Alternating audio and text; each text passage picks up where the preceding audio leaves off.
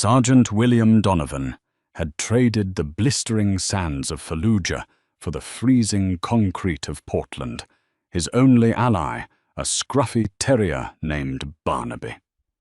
When a frantic attorney tracked him down with a miraculous inheritance, William thought his nightmare was over. He didn't realize the real danger had just begun. The biting wind whipping off the Willamette River was enough to cut through 3 layers of donated wool, but 34-year-old William Donovan was used to the cold. Since a roadside IED shattered his knee and his military career 6 years ago, the streets had been his only commanding officer. His perimeter was a damp cardboard encampment beneath the Burnside Bridge. His only squadmate was Barnaby, a fiercely loyal wire-haired terrier mix, who possessed an uncanny ability to sense William's PTSD night terrors before they fully materialized. Their routine of survival was broken on a dreary Tuesday morning by a man who looked entirely out of place among the discarded coffee cups and wet asphalt. He wore a tailored navy suit and expensive Italian loafers that were getting ruined in the Portland slush. "William Donovan?" the man asked, clutching a leather briefcase to his chest like a shield.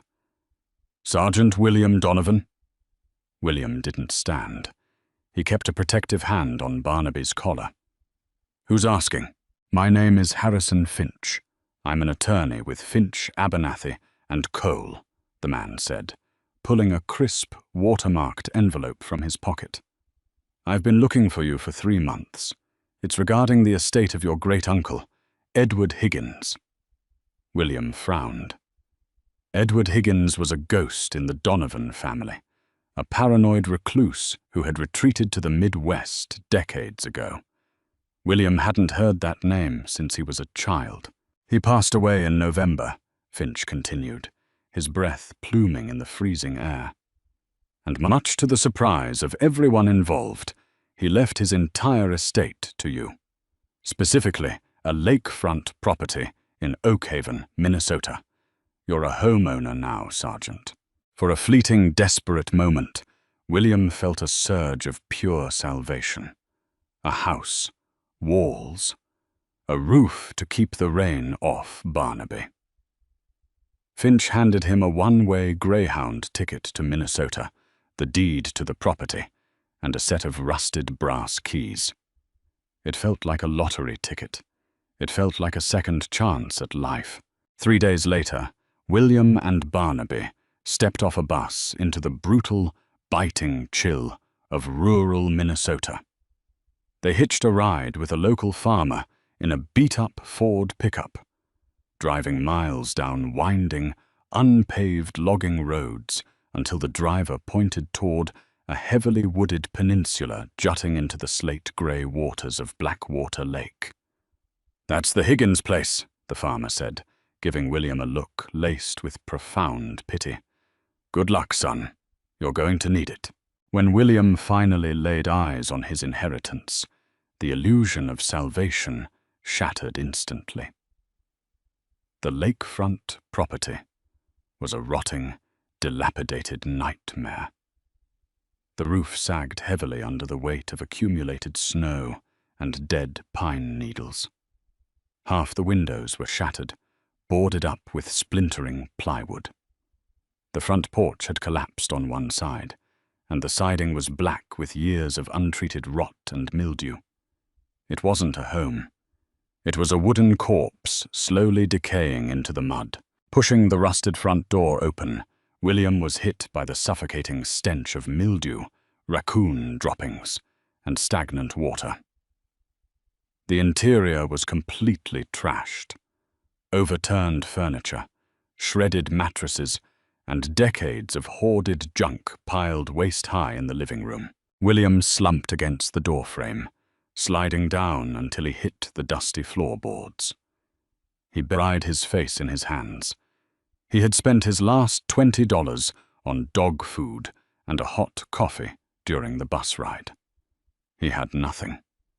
Barnaby nudged his cold nose against William's cheek, whining softly. The final nail in the coffin arrived the very next morning. A white county vehicle navigated the muddy driveway, and a stern-looking woman in a heavy parka stepped out, carrying a clipboard. She introduced herself as Evelyn Rossi, the Oakhaven County tax assessor. "Mr. Donovan, I heard you were here," Evelyn said, her tone devoid of warmth. "I'm sorry for your loss, but I have to inform you that Edward Higgins hasn't paid property taxes in 12 years. The county has placed a lien on the property." William stared at her, his stomach dropping. "How much?" $14,820, Evelyn replied, handing him a pink notice. "And since the property was transferred to your name, the debt transfers with it. You have 30 days to settle the balance, or the county will foreclose, seize the land, and auction it off. Furthermore, the house has been flagged by the health department. It's technically condemned." William watched her drive away, the pink slip fluttering in his trembling hand. It was a poisoned chalice. His great-uncle hadn't left him an inheritance. He had left him a massive, insurmountable debt.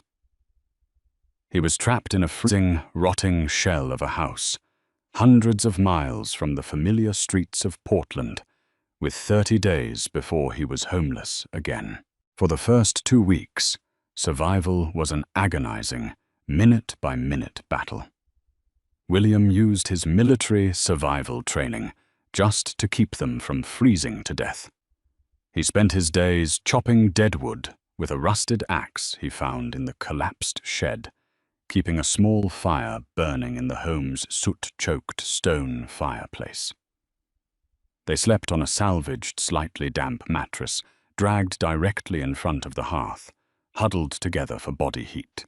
His meals consisted of cheap canned beans bought with the spare change he scavenged from his great-uncle's coat pockets. Despair hung over the house like a thick fog. Every creak of the settling timber sounded like a countdown clock ticking toward their inevitable eviction. But as the days bled into weeks, Barnaby began acting strange. It started during a massive ice storm on their 16th night in the house. The wind was howling off Blackwater Lake, rattling the plywood over the windows. William was trying to sleep, but Barnaby was restless.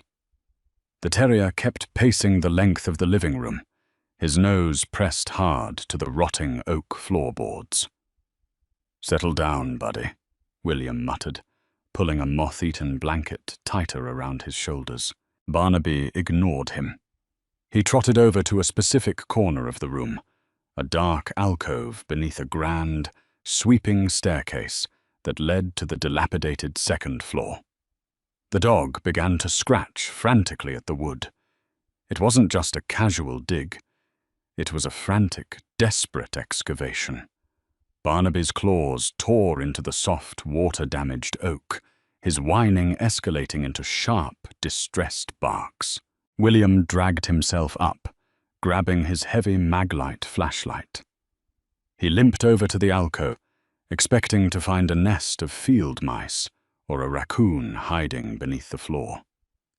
"Hey, back off, let me see," he said, gently nudging the dog aside. He shined the beam on the floorboards. Barnaby had managed to splinter a piece of the wood away. William knelt down, brushing away the dust and wood chips. His brow furrowed. The wood here was different.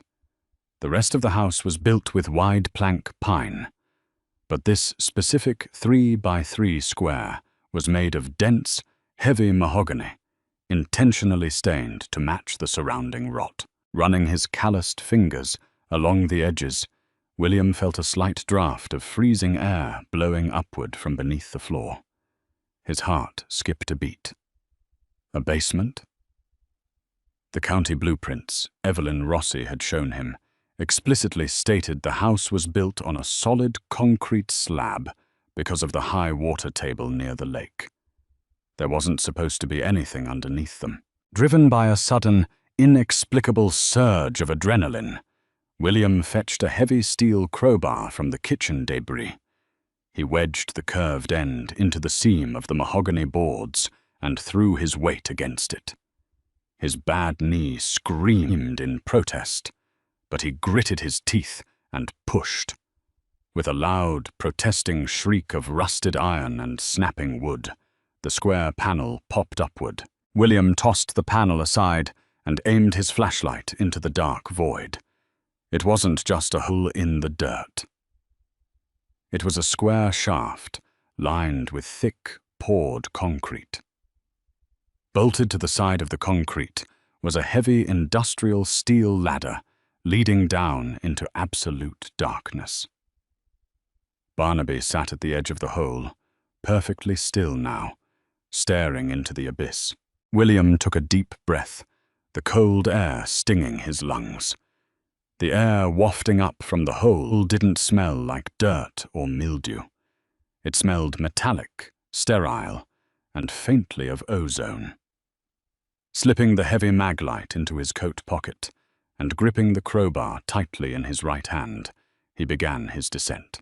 The ladder went down far deeper than a standard basement, at least 20 feet into the earth. When his boots finally hit solid ground, he pulled out his flashlight and swept the beam across the space. He found himself standing in a massive, reinforced, subterranean bunker. The walls were thick, military-grade concrete. The ceiling was reinforced with heavy steel I-beams. The contrast between the rotting, wooden death trap above and this pristine, highly secure bunker below was staggering. But it was what filled the room that made William's breath catch in his throat. The room was lined with towering steel shelving units. Stacked upon them were dozens of heavy, olive-drab pelican cases and wooden crates marked with faded, stenciled numbers. At the far end of the room sat a massive antique die-bowled bank safe, its heavy brass dial gleaming dully in the flashlight beam.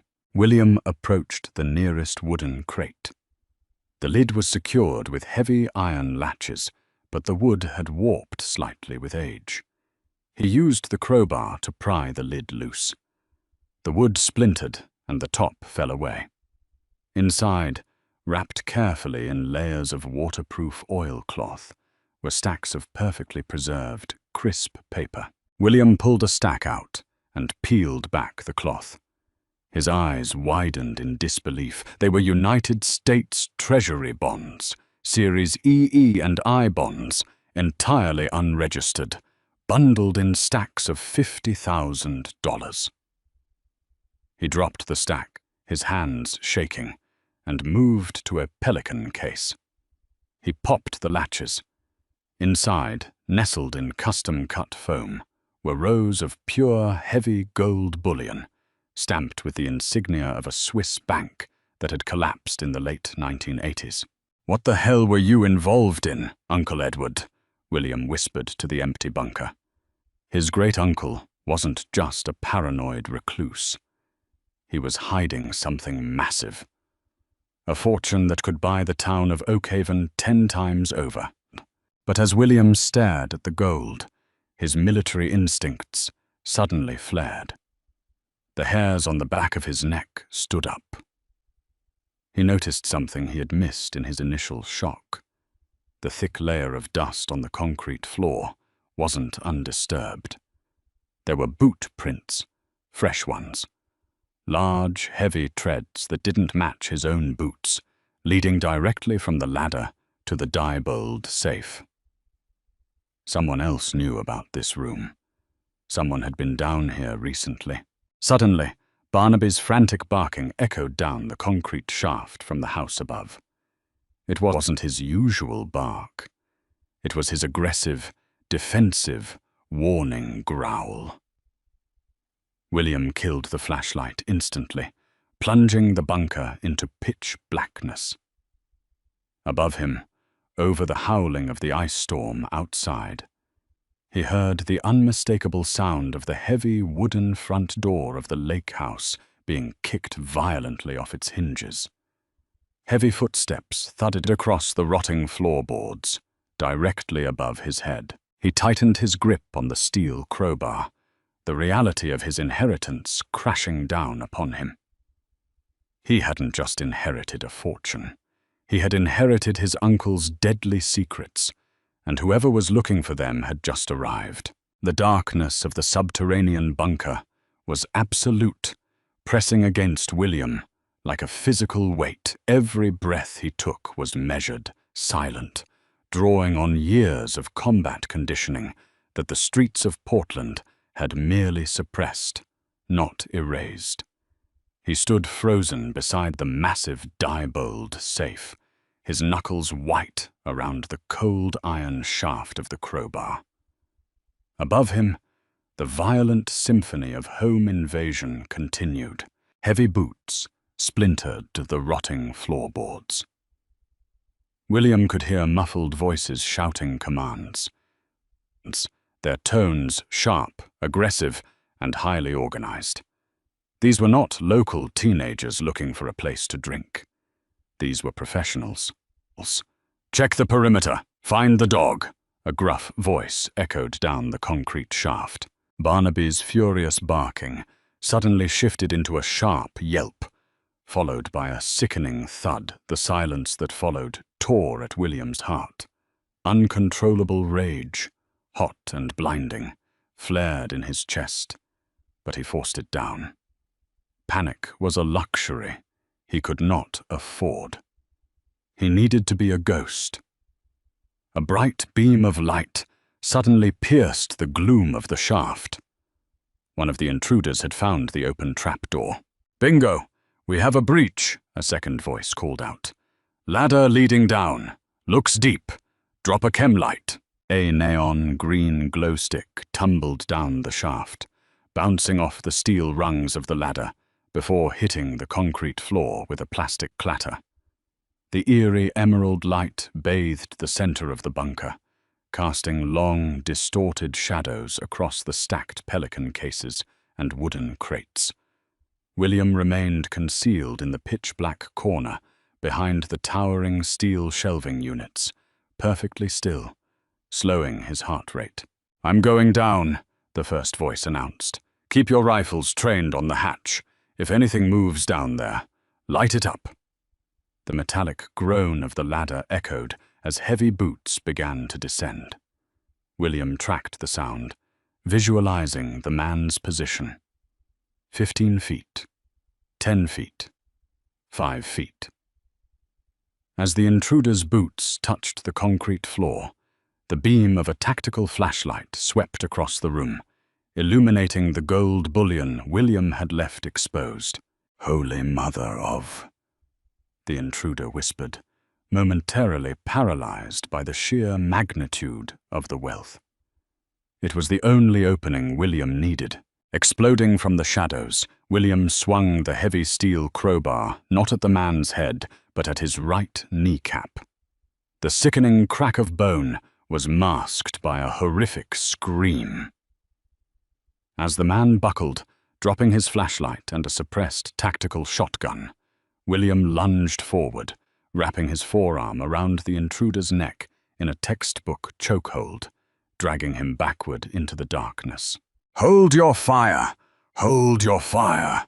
the man choked out, before William applied pressure, rendering him unconscious in seconds. William quickly disarmed the man, snatching the heavy tactical shotgun from the floor. He checked the chamber, a 12-gauge, loaded with buckshot. Familiar cold steel in his hands brought a grim sense of clarity. "Boyd? Boyd, report!" a voice barked from above. William remained silent, moving silently through the green-lit gloom. He positioned himself behind a thick concrete support pillar, aiming the barrel of the shotgun directly at the bottom of the ladder. "Boyd isn't answering. We're going in. Flashbang on 3. William squeezed his eyes shut and opened his mouth, bracing for the pressure wave. 1, 2. 3. A small cylindrical device bounced down the shaft. A deafening, catastrophic boom shook the bunker, followed by a blinding flash of white light that momentarily overpowered the green glowstick. Even with his eyes closed, the light seared William's retinas, and a high-pitched ringing pierced his eardrums. But he held his ground. 2 figures rapidly descended the ladder, sliding down the rails like seasoned operators. They hit the ground, sweeping their laser-equipped rifles left and right. William didn't hesitate. He stepped out from behind the pillar and fired 2 rapid shots into the heavy steel I-beam directly above their heads. The buckshot ricocheted violently, showering the intruders with deadly metal fragments and concrete shrapnel. Both men cried out, dropping to the floor to seek cover behind the wooden crates of treasury bonds. "Stand down!" William roared, his voice echoing with absolute, terrifying authority. "You are in a reinforced concrete box with 1 exit, and I hold the choke point. Drop your weapons and kick them into the center of the room, or the next round goes center, mass." Silence hung heavy in the bunker, broken only by the ragged breathing of the wounded men and the ringing in William's ears.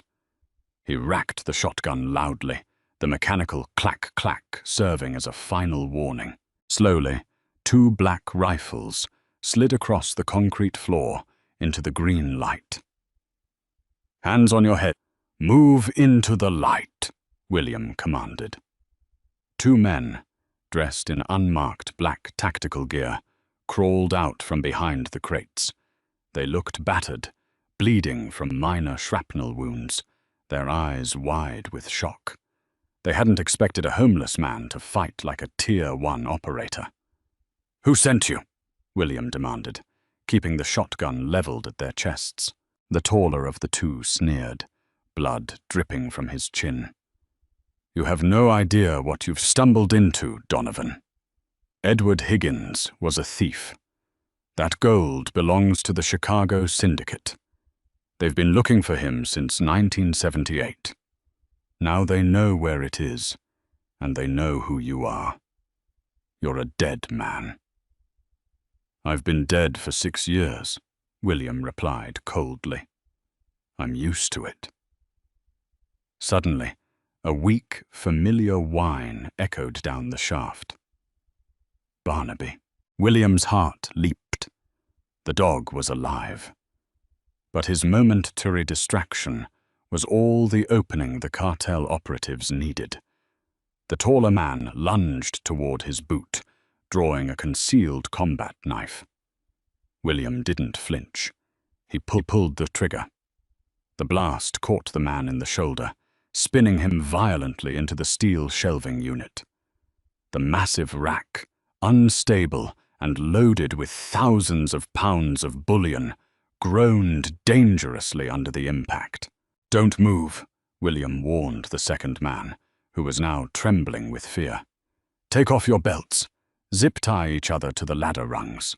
As the terrified operative complied, William moved quickly to the unconscious Boyd, securing his wrists and ankles. The situation was contained, but the war was far from over. If the Chicago Syndicate knew about the property, more would come. The local authorities were completely absent. The realization hit William like a freight train. He was entirely on his own.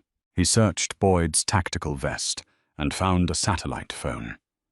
The screen was cracked, but it still had power.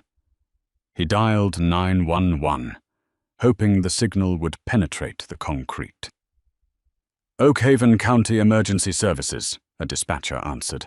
"This is William Donovan at the Higgins property on Blackwater Lake," William said rapidly.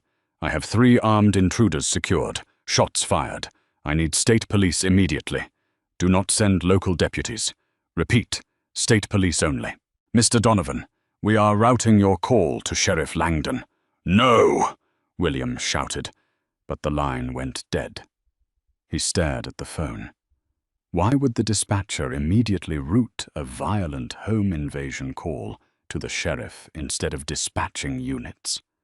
Unless the sheriff was already heavily involved. 10 minutes later, the flashing red and blue lights of county cruisers illuminated the muddy driveway, slicing through the heavy sleet. William secured the hatch from the bottom, locking the heavy iron latch, trapping himself inside the bunker with his prisoners. He wasn't going to surrender his high ground to an unknown variable. Heavy footsteps pounded on the floorboards above. "Donovan, this is Sheriff Langdon. Open this hatch immediately." William climbed halfway up the ladder, keeping the shotgun slung over his back. "I requested state police, Sheriff. I have 3 cartel operatives secured down here." "Open the hatch, son, and we can sort this out." Langdon's voice was smooth, too calm for the situation. "You're trespassing on a condemned property. Evelyn Rossi from the assessor's office warned you about this. You're in over your head." William's eyes narrowed in the darkness. "How did you know Evelyn Rossi came to see me?" "I never filed a police report." A tense silence followed. "Because she's standing right here," Langdon finally replied, his voice losing its friendly veneer. "Now, I'm going to give you one chance, Sergeant. Open the hatch. We take the gold, we clear your tax lien, and you walk away with your life. You go back to Portland, and this never happened." The pieces violently snapped together in William's mind. His great-uncle hadn't just been hiding from the Chicago syndicate. He had been hiding from the corrupt local government. Evelyn Rossi hadn't come to warn him about a tax lien. She had come to officially force him off the land so the county could seize the property, and by extension, the hidden bunker they suspected was here. When William didn't immediately leave, they called in the muscle. "And if I refuse?" William asked, his voice steady. "Then we drop a fragmentation grenade down that ventilation pipe, claim you died in a tragic gas explosion, and take it anyway," Langdon snarled. William climbed back down the ladder. He looked at the massive die-bowled safe at the back of the room. A thought struck him. The cartel men had walked straight past the millions in loose gold and treasury bonds to get to the safe. The heavy treads in the dust. They were looking for something specific. He walked over to the safe. The brass dial was covered in dust, but there was a faint, sticky residue on the handle. Someone had tried to blow it open recently, failing miserably against the antipac. Hardened some mutant steel. William remembered a string of numbers. His great-uncle used to aggressively repeat during his paranoid episodes when William was a child. The year the war ended, the day the market crashed, the hour the sky fell. 1945. 14. It was a desperate gamble. He gripped the cold brass dial. He spun it left to 45, right to 29, left to 14. He grabbed the heavy lever and pulled. With a heavy mechanical clunk, the locking bolts retracted. The massive steel door swung open on perfectly balanced hinges. Inside the safe, there was no gold. There were no diamonds. There was only a single, thick, leather-bound ledger and a vintage, hard-wired rotary telephone connected directly to a secured underground landline. William opened the ledger. It wasn't a list of stolen goods. It was a comprehensive, meticulously documented record of money laundering, extortion, and bribery spanning 40 years. It detailed the exact payouts from the Chicago syndicate to Oak Haven County officials. Sheriff Langdon's name was listed on almost every page for the last decade. Evelyn Rossi was the chief financial architect. Edward Higgins hadn't just stolen their gold. He had stolen their blackmail insurance. He had built this bunker not to hide wealth, but to protect the one thing that could destroy the syndicate and the corrupt town leadership. William smiled grimly.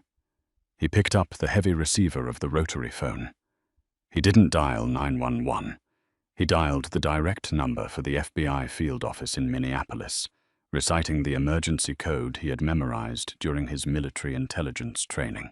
"Federal Bureau of Investigation," a crisp voice answered. "This is former Sergeant William Donovan. I am currently barricaded in a subterranean bunker at Blackwater Lake, Oak Haven.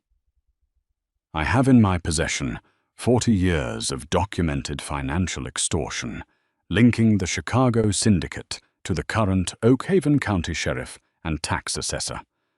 I also have 3 armed syndicate operatives restrained. The sheriff is currently attempting to breach my position." "Understood, Sergeant. We are tracking this secure line. Do not surrender the evidence. Heavily armed federal tactical units are being dispatched via helicopter. ETA is 22 minutes. Hold your position." William hung up the phone. He walked back to the ladder and stared up at the sealed hatch. "Time's up, Donovan," Sheriff Langdon yelled from above. "We're blowing the hatch." "I wouldn't do that, Sheriff," William yelled back, his voice carrying the calm certainty of a man who had already won the war. "I just opened the Diebold safe. I have the ledger, and I just read it to the FBI field office in Minneapolis over a hard-wired, secure line." Absolute, paralyzing silence fell over the house above. The sound of shuffling boots stopped. "You're lying," Evelyn Rossi's voice shrilled, completely devoid of her previous bureaucratic coldness. "Federal choppers are 20 minutes out, Evelyn," William shouted. "If you run now, you might make it to the Canadian border before they freeze your bank accounts. But if you breach this hatch, you'll have to kill me, and the FBI will find you standing over a pile of federal treasury bonds and 3 cartel hitmen. Your move." For 5 agonizing minutes, nothing happened. Then William heard the frantic sound of boots scrambling toward the door, followed by tires spinning wildly in the mud as the county cruisers peeled out of the driveway, fleeing the inevitable wrath of the federal government. William sank against the concrete wall, sliding down until he hit the floor. The adrenaline left his body in a sudden, exhaustive rush. He closed his eyes, the cool air of the bunker finally feeling like a sanctuary rather than a tomb. 25 minutes later, the unmistakable rhythmic thumping of Black Hawk helicopters shook the timbers of the rotting house. Flashlights cut through the darkness, and heavily armed federal agents secured the perimeter. When they finally opened the hatch, they found William Donovan sitting calmly on a crate of gold bullion, a battered wire-haired terrier curled securely in his lap. Barnaby had survived the kick with bruised ribs, fiercely loyal to the end. The aftermath was a media spectacle that rocked the Midwest. The ledger led to the immediate arrest of Sheriff Langdon, Evelyn Rossi, and a dozen other corrupt officials attempting to cross the border. The Chicago syndicate suffered a massive, debilitating blow as decades of criminal enterprises were exposed to the light of day. As for the gold and the treasury bonds, the government seized them as evidence of illicit cartel activities. However, under the federal whistleblower and asset forfeiture laws, William was legally entitled to a staggering 15% finder's fee for the recovery of stolen federal assets. 6 months later, William Donovan stood on the porch of a beautiful, newly constructed log cabin overlooking the crystal-clear waters of Blackwater Lake. The rotting nightmare was gone, bulldozed to make way for a sanctuary. His knee had been surgically repaired by top specialists, and he walked without a limp. He sipped a hot cup of coffee, feeling the warm summer breeze against his face. Down by the water's edge, Barnaby was barking joyfully, chasing ducks into the reeds. William wasn't a homeless veteran fighting for survival on the freezing streets of Portland anymore. He was a survivor who had fought the shadows and won, turning a poisoned chalice into a fortress of peace. If William's incredible journey from surviving the harsh streets to uncovering a massive criminal conspiracy blew your mind, hit that like button. Share this video with friends who love a real-life underdog story with massive plot twists, and make sure to subscribe to our channel for more jaw-dropping, true-to-life storytelling every single week. What would you have done in the bunker? Let us know in the comments below.